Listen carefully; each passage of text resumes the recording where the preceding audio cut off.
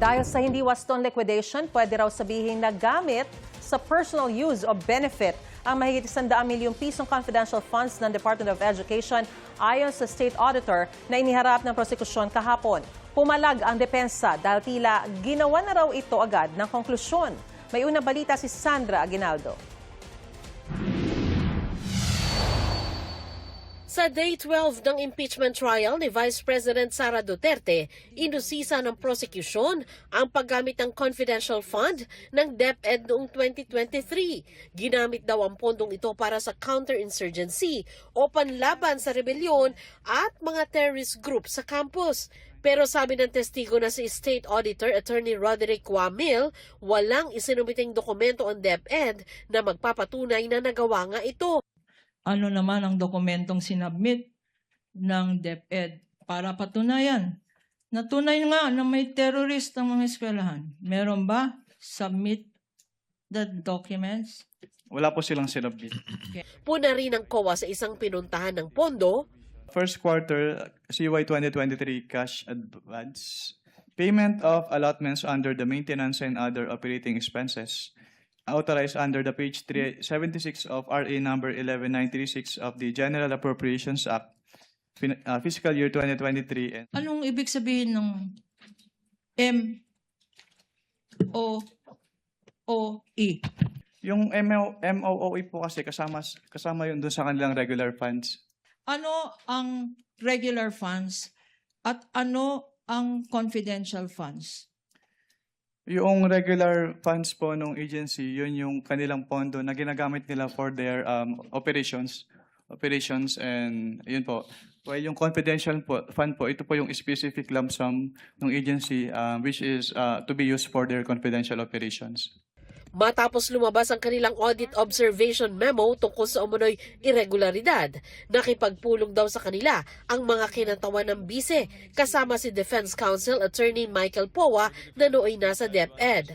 Kilala mo ba, Mr. Witness, si Attorney Michael Powa? Nakikita ko po siya sa news. Nakikita mo siya sa news? Hindi mo siya nakikita sa in-person? Ayan, oh. During that time, sorry, hindi po clear yung particular period. Attorney, sorry for that. No, that's fine. Nagpapagising lang tayo. Okay lang po. But you confirm that this is the attorney that you saw in that meeting? Yes po. Okay. Sabi ni Wamil, may hiniling sina Powa sa COA. They ask po if instead of an audit observation memorandum in case may audit findings, ay audit query na lang po yung i-issue sa kanila.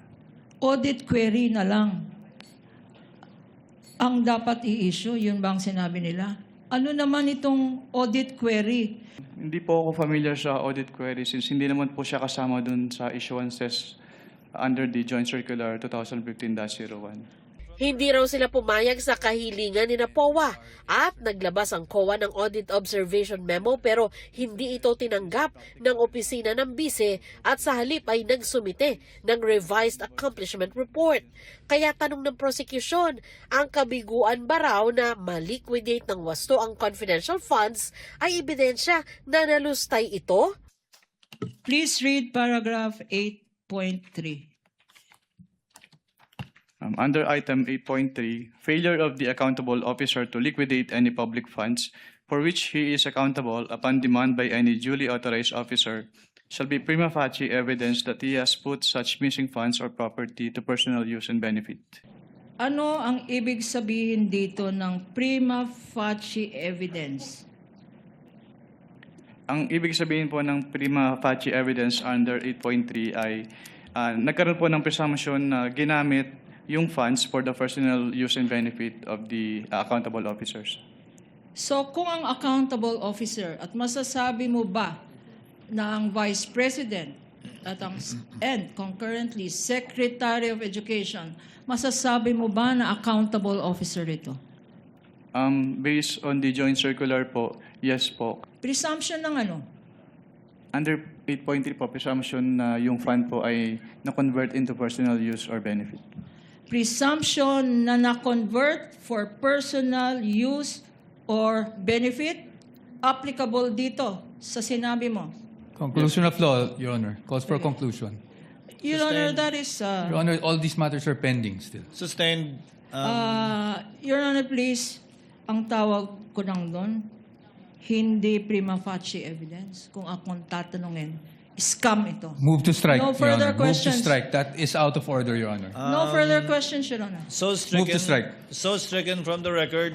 Ayon kay Attorney Powa, maituturing na mischaracterization ang pagtawag ni Attorney Lorna Capuna na scam ang confidential funds ng bise. I just don't think it was proper to do that, especially at this point, no? Na ang witness naman na pinag-uusapan natin ay AOM pa lang. To call it a scam is really a mischaracterization. Nanindigan naman si Kapunan sa kanyang sinabi. Paulit-ulit-ulit yan. At hindi mo ginamit. Ang pera na sinabi mong gagamitin, ang tawag doon, scam. Ang ini-scam, taong bayan. Ang worth ng scam na yan ay 612. Kanya miskin na tinanggal sa record. Gusto ko lang sabihin yun kasi, syempre, para maintindihan natin. Pag piniscam kayo, hindi ba masakit ang loob? Sa cross-examination ng depensa, ipinunto ni Attorney Powa na sensitibo ang confidential activities at ang pagsusumite ng mga dokumento tulad ng mga resibo ay maaring magdulot ng leak o pagtagas ng impormasyon na maaring maglagay sa panganib sa operasyon. Commission on Audit Circular Number 92-385 dated October 21, 1992. Whereas these intelligence and confidential activities by their very nature are highly sensitive and confidential operations or missions, the details of which cannot be divulged. You being a lawyer, you know that there are laws prohibiting the unauthorized disclosure of confidential information, correct? Can you repeat po? You being a lawyer, sir, you are aware that there are laws prohibiting the unauthorized disclosure of confidential information, correct? Can you state what specific laws po yung... Revised Penal Code under Article 229, for example, on the revelation of secrets. Yes po. Yes, Republic Act 3019. Pero pagkontra ng prosecution, luma na ang dokumentong yan. May mga panuntunan daw na dapat sundin sa pag-liquidate ng confidential funds dahil pondo ito ng bayan. Naungkat din ang sinabi na ginastos ang 125 million pesos na confidential fund ng OVP noong fourth quarter ng 2022 sa loob lamang ng 11 araw. Sa pagtatanong ni Powa, sinabi ni Wamil na wala naman daw batas na nagbabawal sa haba o ikli ng panahong dapat gastusin ang pondo. Meron po bang provision dyan na nagbabawal na gamitin ito in perhaps 60 days? Wala po.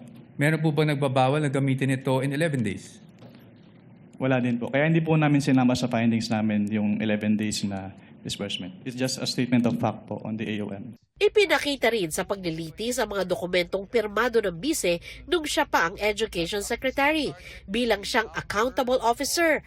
Pero sa cross-examination, tinanong si Wamil kung may nakalagay ba sa audit observation memo na nalustay na pera. Meron po bang expressly nakasulat sa mga findings niya? Ask and answer, Your Honor. It is in That is a 8.3. presumption po. So hindi Opo. kailangan isabihin. May expressly po ba na nakasulat na may ni isang kusing na napunta sa bulsa ng Vice Presidente? Ask and answer, Your Honor. This... wait, don't answer. Uy.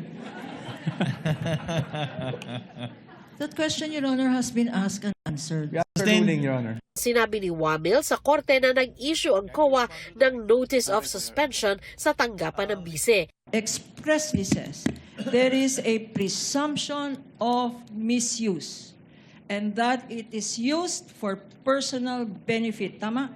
Based on this provision po, yes ma'am. And so far, unless proven otherwise, that presumption still holds.